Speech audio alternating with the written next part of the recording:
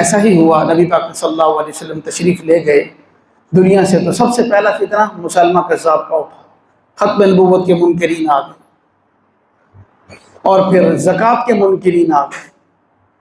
حضرت ابوبکر صدیق رضی اللہ تعالیٰ عنہ کا 2 سال 2 ماہ 10 دن کا دور خلافت ہے، یہ تو ان فتنوں سے جنگ کے اندر ہی گزر گیا۔ جو کارخانہ نبی کریم صلی اللہ علیہ وسلم امت کا بنا کر دے کر گئے تھے، اس کو اپنی اصلی حالت پر لاتے لاتے ان کا سارا زمانہ خلافت گزر گیا 2 سال۔ تو یہ فتنوں کا سیلاب ہے۔ پھر رافضیت کا فتنہ آیا، حضرت عمر رضی اللہ تعالیٰ عنہ کو جب شہید کیا گیا، پھر حضرت عثمان رضی اللہ تعالیٰ عنہ کو شہید کیا گیا، رافضی سے سارے کے سارے۔ خارجیوں کا فتنہ آ گیا حضرت علی رضی اللہ تعالیٰ عنہ کے دور میں، خوارج اہل بیت کے ساتھ دشمنی رکھتے تھے۔ معتزلہ کا ایک فتنہ جاتا نہیں تھا دوسرا آ جاتا تھا۔ آپ نے فرمایا کہ فتنے ایسے آئیں گے کہ جیسے تسبیح کے دانے گرتے ہیں۔ معتزلہ آ گئے، منکرین قرآن آ گئے، منکرین حدیث آ گئے، فقہ کا انکار کرنے والے آ گئے، صحابہ کی شان میں کمی کر رہے۔ الحمدللہ الحمدللہ وحدہ والصلاة والسلام علی من لا نبی بعدہ ولا معصوم بعدہ ولا رسول بعدہ ولا امت بعد امتہ ولا کتاب بعد کتابہ نحمدہ ونصلی ونسلم علی رسولہ الکریم اما بعد فاعوذ باللہ من الشیطان الرجیم بسم اللہ الرحمن الرحیم والسابقون الاولون من المہاجرین والانصار والذین اتبعوهم بإحسان رضی اللہ عنہم ورضوا عنہ وقال النبی صلی اللہ علیہ وسلم الصحابی كالنجوم بأيهم اقتديتم اهتديتم وقال النبي صلى الله عليه وسلم الحسن والحسين سيدا شباب أهل الجنة أو كما قال رسول الله صلى الله عليه وسلم صدق الله مولانا العظيم وبلغنا رسوله النبي الكريم ونحن على ذلك لمن الشاهدين والشاكرين والحمد لله رب العالمين اللهم صل على محمد وعلى آل محمد كما صليت على إبراهيم وعلى آل إبراهيم إنك حميد مجيد اللهم بارك على محمد وعلى آل محمد كما باركت على إبراهيم وعلى آل إبراهيم إنك حميد مجيد۔ لائق سب تکریم و تعظیم، واجب الاحترام معزز و مکرم دوستوں اور بزرگوں، محرم الحرام کا آخری جمعہ ہے، اور یہ بات بہت ضروری ہے کہ محرم کے اندر تو کم از کم اہل بیت اور صحابہ کی شان کے علاوہ کوئی اور چیز بیان نہ کی جائے۔ 2-3 جمعے ہو گئے ہم مسلسل اہل بیت کی شان مسلسل جو ہے کئی پہلوؤں سے عرض کر رہے ہیں، انشاءاللہ آج بھی اسی موضوع پر بات کریں گے۔ اللہ پاک ہمیں سمجھنے عمل کرنے کی توفیق نصیب فرمائے۔ ساتھیوں کو یاد ہوگا کہ گزشتہ جمعے آخری لفظ میں نے یہ عرض کیا تھا کہ الحمدللہ الحمدللہ، اللہ کا شکر ہے، اللہ نے ہمیں وہ دل دیا ہے، وہ عقیدہ دیا ہے، وہ سوچ دی ہے کہ جس میں نہ ہم اہل بیت میں سے کسی شخصیت کے مقام کو کم کرتے ہیں، نہ صحابہ میں سے کسی کی شان کو کم کرتے ہیں۔ الحمدللہ، یعنی ہمارا یہ عقیدہ ہے کہ ان مقدسات، ان پاکیزہ ہستیوں میں سے کسی کی شان بھی کم نہیں۔ جس چیز کی نسبت نبی کے ساتھ ہو گئی اس کا مقام اونچا ہو گیا۔ اگر خدا نہ خواستہ اللہ نہ کرے ان مقدس ہستیوں میں سے کسی پر کوئی اعتراض کرتا ہے تو وہ ڈائریکٹ نبی پاک صلی اللہ علیہ وسلم کی تربیت پر اعتراض کر رہا ہے۔ آج ہمیں اتنا یقین ہے کہ ایک دوست کے پاس بیٹھنے سے، اچھے دوست کی صحبت میں بیٹھنے سے ہمارا بچہ بدل سکتا ہے۔ ہم بچے کو ہمیشہ تلقین کرتے ہیں کہ فلاں کے ساتھ دوستی لگاؤ، فلاں کے ساتھ نہ لگاؤ۔ برے دوست کے ساتھ اس کا تعلق ہوتا ہے تو ہمیں منع کرتے ہوئے ڈر بھی لگتا ہے، لیکن دل میں پریشان بھی ہوتے ہیں، دعائیں بھی کرتے ہیں، یا اللہ اس مصیبت سے میرے بچے کی جان چھڑا دے، صحیح دوستوں کے ساتھ یہ رہنے لگ جائے۔ عموماً ایسا ہی ہوتا ہے۔ تو جب ایک ہمارے چھوٹے سے معاملہ ہے، ایک گھر کا معاملہ ہے، ایک بچے کا معاملہ ہے، وہاں صحبت کی تاثیر کو ہم اتنا مانتے ہیں، تو امام الانبیاء، سردار الانبیاء، ان کی صحبت کی تاثیر نہیں ہوگی؟ کوئی یہ کہے کہ یہ ان کی صحبت کی تاثیر نہیں تھی۔ ابو بکر، عمر، عثمان، علی، طلحہ، زبیر، ابو عبیدہ، بلال، یہ سارے کے سارے لوگ رسول اللہ کی صحبت یافتہ ہیں۔ اگر کسی کو ان میں کوئی کمی نظر آ رہی ہے تو اس کے دماغ میں خلل ہے، ان کی شان میں کمی نہیں ہو سکتی۔ تو اس لیے بھائی یہ بات بیان کرنی بہت ضروری ہے اور سمجھانا بڑا ضروری ہے۔ آگے چل کے میں عرض کروں گا کہ یہ بات، اس موضوع پر اپنے گھر میں بات چلانی، بچوں میں بات چلانی، خود پڑھنا، اس کو اپنا عقیدہ رکھنا، ٹھیک رکھنا کیوں ضروری ہے۔ میرے محترم دوستوں، بزرگوں، آج ہم بات کریں گے دو حدیثوں پر۔ دونوں حدیثیں مشکوٰۃ شریف کے اندر ہیں اور حدیث کی کتابوں کے اندر بھی موجود ہیں، مسند احمد کے اندر اور کتابوں کے اندر بھی۔ مشکوٰۃ شریف مستند کتاب زیادہ تر ہمارے مدارس میں تقریباً تمام مسالک کے لوگ اسے پڑھاتے ہیں، اس لیے میں نے مشکوٰۃ کا نام لیا۔ اس کے اندر یہ دونوں حدیث موجود ہیں۔ ایک حدیث کے اندر نبی پاک صلی اللہ علیہ وسلم نے ارشاد فرمایا کہ میرے اہل بیت کی مثال کشتی نوح کی ہے، جو اس میں بیٹھ جائے گا وہ نجات پا جائے گا۔ یہ بڑا علم سے، علوم سے بھری ہوئی حدیث ہے۔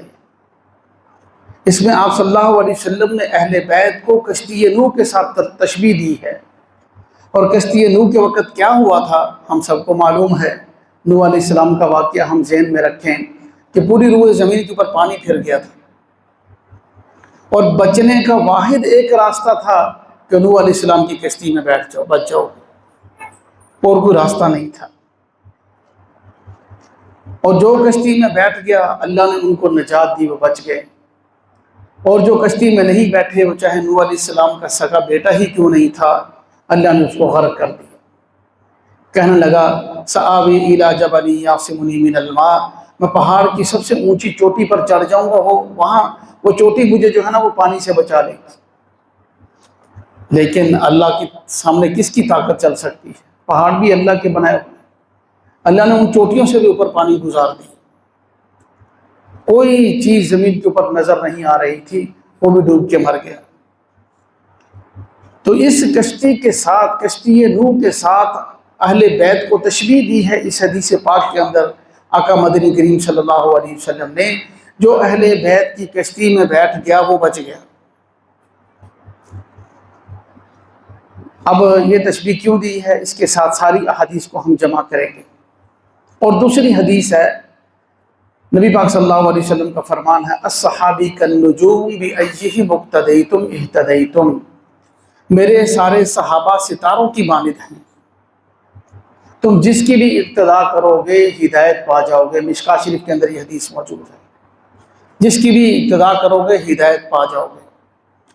اب یہاں پر بھی آپ صلی اللہ علیہ وسلم ہدایت کی ترغیب دے رہے ہیں، ان کی پیروی کی ترغیب دے رہے ہیں۔ اور کشتی نوح والی جو حدیث ہے اہل بیت کی، وہاں پر بھی اہل بیت کی پیروی کی ترغیب دے رہے ہیں کہ میرے اہل بیت کی پیروی کرنی ہے، میرے اصحاب کی پیروی کرنی ہے۔ وجہ کیا ہے؟ امت کے لیے آقا اتنے فکر مند کیوں ہیں؟ دوسری حدیث ہے، نبی پاک صلی اللہ علیہ وسلم کا فرمان ہے کہ ان قریب تمہارے اوپر فتنے آئیں گے، ایسے ایسے فتنے ہوں گے کہ جن سے بچنا مشکل ہوگا۔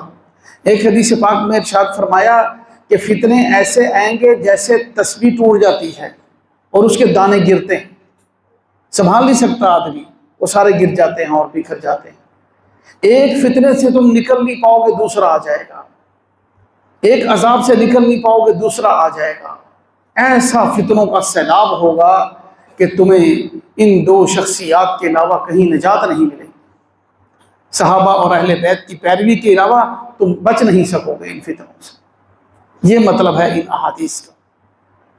ہم نے دیکھا نبی پاک صلی اللہ علیہ وسلم تو نبوت کے سورج ہیں نا، اسی لیے اماں عائشہ صدیقہ رضی اللہ تعالیٰ عنہ نے فرمایا کہ لنا شمس وللآفاق شمس، ایک ہمارا سورج ہے، ایک آسمانوں کا سورج ہے۔ نبی پاک صلی اللہ علیہ وسلم کی شان میں کہہ رہی ہے نا اماں عائشہ، ایک میرا سورج ہے، ایک آسمانوں کا سورج ہے۔ وشمسی خیر من شمس السماء، میرا سورج جو ہے نا وہ آسمانوں کے سورج سے بہتر ہے۔ شمس الناس تطلع بعد الفجر وشمسی تطلع بعد العشاء، لوگوں کا جو سورج ہے وہ تو فجر کے بعد طلوع ہوتا ہے، اور جو میرا سورج ہے یعنی نبی کریم صلی اللہ علیہ وسلم وہ عشاء کے بعد طلوع ہوتے ہیں۔ تو آپ صلی اللہ علیہ وسلم کو نبوت کا سورج کہا گیا، تشبیہ دی اماں عائشہ صدیقہ نے۔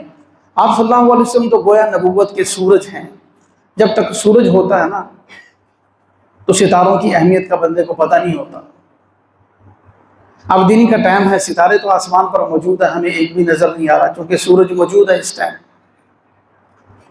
تب سورج غروب ہوگا تو ستارے نظر آنے شروع ہوں گے۔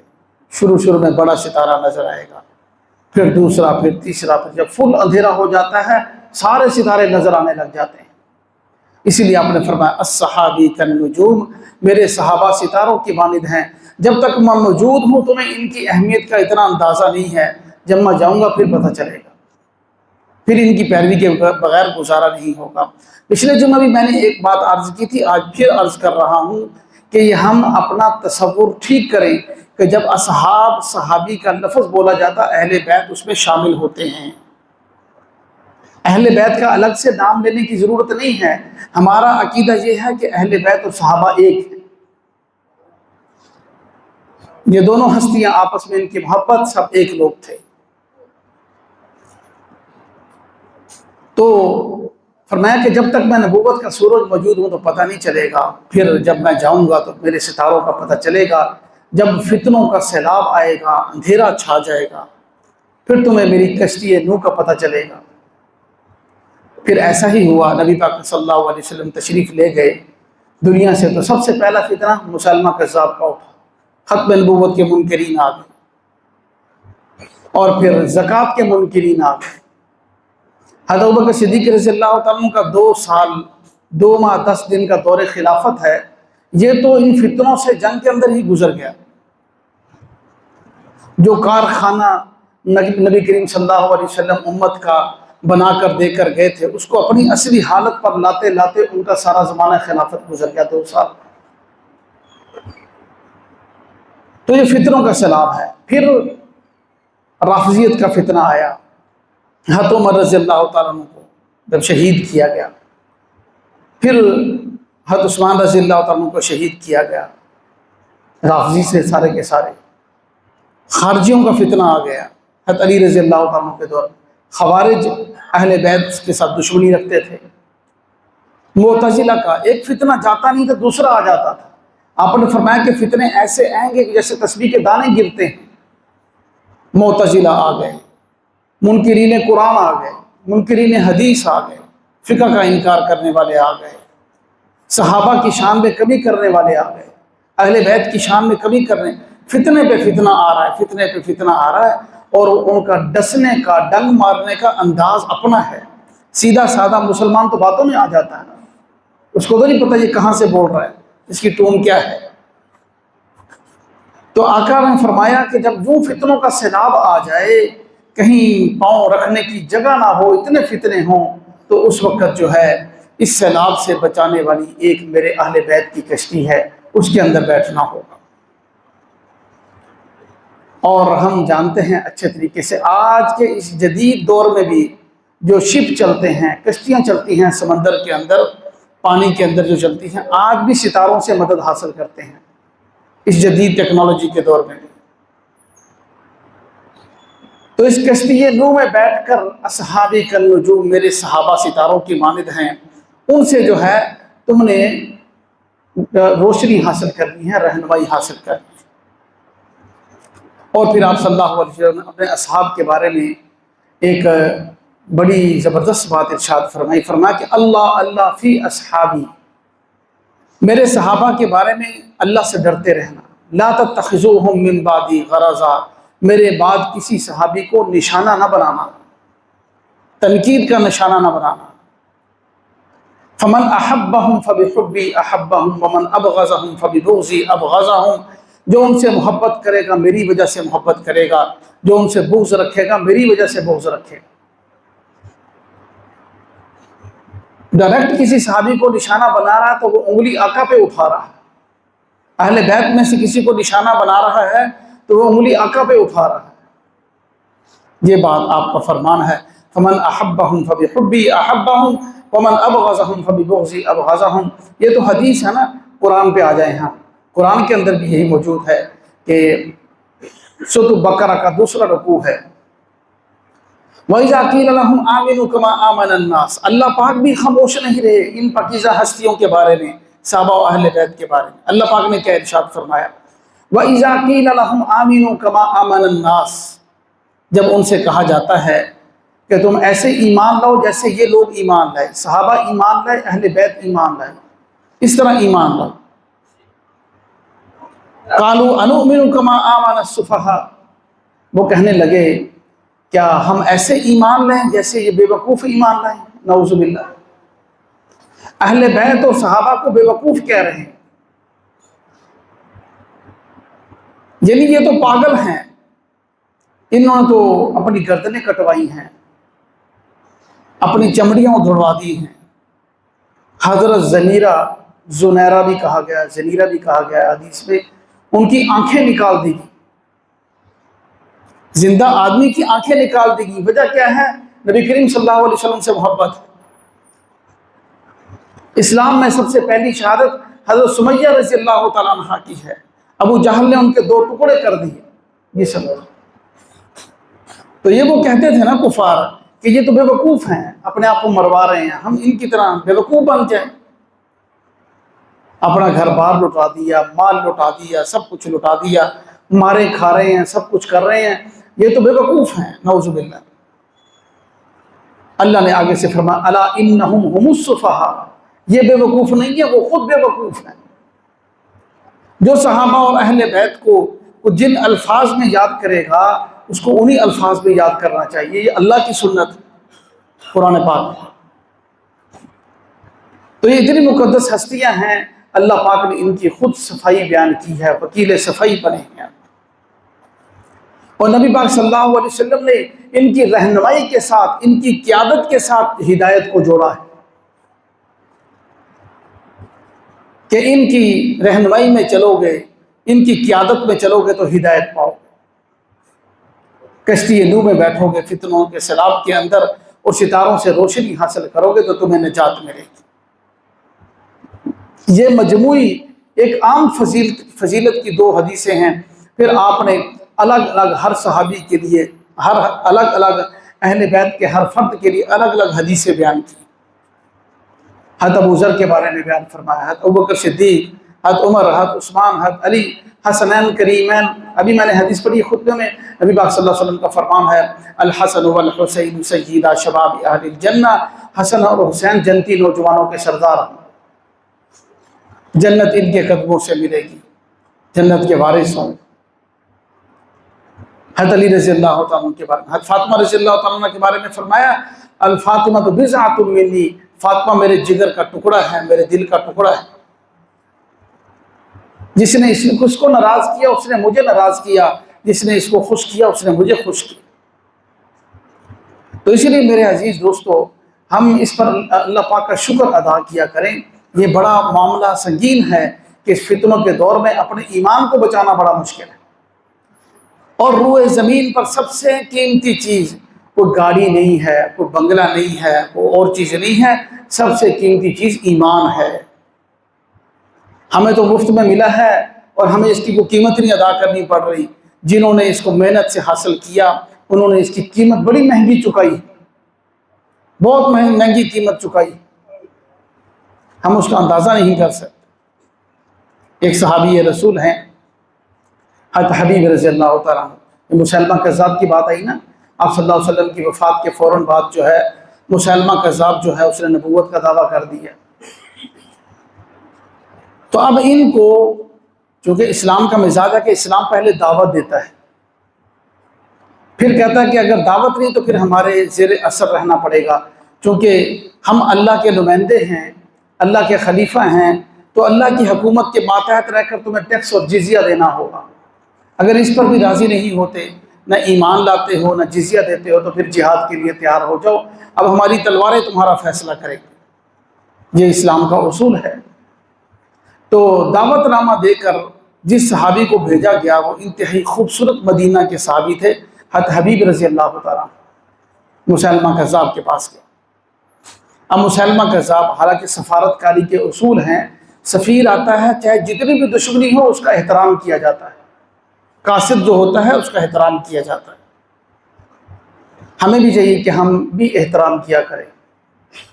ڈیلیوری والا آیا ہے نا تو وہ قاصد ہی ہے نا، ہماری ایک چیز لے کر آیا ہے، آج کل جدید سسٹم ہے اس کا، تو ہم اس کا احترام کیا کریں۔ پارسل والے کو پانی پلا دیا کریں۔ ہماری ڈیلیوری لے کر آیا ہے، بارش کے اندر بھیگ کر آیا ہے، دوپہر جو ہے وہ اتنی زیادہ گرمی کے اندر پسینوں پسینی ہو کر ہمارا پارسل لے کر آیا ہے، اور پکڑ کر اور خاموشی سے، اگر پلا نہیں سکتے تو اس کو کچھ اس مد میں کچھ پیسے ہم زیادہ دے دیا کریں، وہ جا کر پانی تو پی لے بیچارہ۔ یہ ہم اپنی طرف سے نہیں دے رہے، اپنی طرف سے نہیں دے رہے، یہ اللہ کے دیے ہوئے میں سے دے رہے۔ ہم تو کسی چیز کے بھی مالک نہیں ہیں، ہم تو مجازی مالک ہیں، حقیقی مالک تو اللہ ہے نا، حاکمیت اعلیٰ تو اللہ کی۔ اب حبیب رضی اللہ تعالیٰ کو مسیلمہ کذاب نے گرفتار کر لیا، بھوکا پیاسا رکھا، ان کے ہاتھ کاٹے، پاؤں کاٹے، اور ہر مرتبہ جب سزا دیتا تو یہی پوچھتا کہ بتا مجھے نبی مانتا ہے یا محمد کو نبی مانتا؟ حضرت حبیب رضی اللہ تعالیٰ جب بھی ہاتھ کاٹا جاتا، پاؤں کاٹا جاتا تو ارشاد فرماتے تیری کیا اوقات ہے، میری جان بھی نکل جائے میں آقا کا دامن نہیں چھوڑ سکتا، میں محمد صلی اللہ علیہ وسلم کو ہی آخری نبی مانتا۔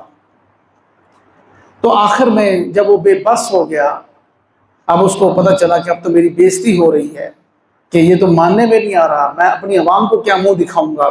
اس نے حضرت حبیب رضی اللہ تعالیٰ کو سامنے بلایا، اور حبشی غلام کھڑے کیے ہوئے تھے جن کے ہاتھوں میں لوہے کی کنگیاں تھیں، اور ان کو حکم دیا، انہوں نے جو ہے کنگیوں کے ساتھ حضرت حبیب رضی اللہ تعالیٰ کے جسم کی ساری کھال اتار، حضرت حبیب رضی اللہ تعالیٰ جو ہے وہ شہید ہو گئے۔ تو یہ میرے عزیز دوستو، یہ ان لوگوں کی قربانی ہے جنہوں نے ایمان کی قیمت چکائی ہے۔ قسم لے لیں ہمیں تو کانٹا بھی نہیں چبھا ایمان کے پیچھے، دنیا کے پیچھے تو ہمیں بہت کچھ ہوا ہوگا، دنیا حاصل کرنے کے لیے، پیسہ کمانے کے لیے تو بیماریاں بھی لگی، چوٹیں بھی لگی، ہمیں سب کچھ ہو رہا ہے۔ کبھی یہ بتائیں کہ ایمان کے لیے ہمیں کچھ ہوا ہے؟ کچھ بھی نہیں ہوا ایمان بچانے کے لیے۔ ان حضرات کی قربانی اور محنت، ان کے جو ہے وہ خون کے سمندر کے اوپر تیرتا ہوا ایمان اسلام ہم تک پہنچا ہے۔ میرے بھائیو، آج ہم پسینہ لگانے کے لیے بھی تیار نہیں۔ یہ صرف محرم کا مہینہ اہل بیت کی شان کے لیے نہیں ہے، یہ صرف چند دن صحابہ کرام کی شان بیان کرنے کے لیے نہیں ہے، یہ پورا سال، پوری زندگی اپنانے کے لیے۔ یہ کوئی منانے کے دن نہیں ہوتے، یہ کوئی خوشی کے دن ہے منائے جائیں، محرم منایا ہے، فلاں منایا ہے، یہ تو اپنانے کے دن ہے، ان کی سنت کو اپنانا ہے۔ ہمیشہ حسینیت بھی زندہ رہے گی، ہمیشہ یزیدی بھی آتے رہیں گے، کوفے والے بھی آتے رہیں گے۔ اصل قاتل تو میرے نزدیک، میں اپنی بات کر رہا ہوں، کوفے والے، جنہوں نے جھوٹے خط لکھ کر بلایا اور پھر امام کا ساتھ چھوڑ دی بیچ میدان کے اندر۔ تو ہمیشہ یہ ہے کہ اپنے ایمان کو بچانا، اور ایمان کے بچانے کے لیے میں نے 2 حدیثیں دلیل کے ساتھ عرض کی، مشکاۃ شریف کے اندر موجود ہیں دونوں حدیثیں۔ ایک جو ہے آپ صلی اللہ علیہ وسلم نے فرمایا کہ میرے صحابہ کی پیروی کرنا، میرے اہل بیت کی پیروی کرنا، جب فتنوں کا سیلاب آئے گا تو ان دونوں کی پیروی سے تم بچ سکتے ہو، اس کے علاوہ اور کوئی راستہ نہیں۔ تو اللہ پاک کا ہم شکر بھی ادا کیا کریں، یا اللہ تو نے ہمیں ایسا عقیدہ عطا فرمایا جس عقیدے کے اندر ان تمام پاکیزہ ہستیوں کی محبت ہی محبت، کسی کے بارے میں بھی ہمارے دل میں کوئی کمی نہیں ہے۔ ہم یہ سمجھتے ہیں وہ کسی کی شان میں کمی کرے گا وہ ایمان سے نکل جائے گا، اس کا ایمان ہی نہیں۔ اللہ پاک ہمیں ان کے نقش قدم پر چلنے کی توفیق نصیب فرمائے۔ سنتے پڑھنے کو جن بھائیوں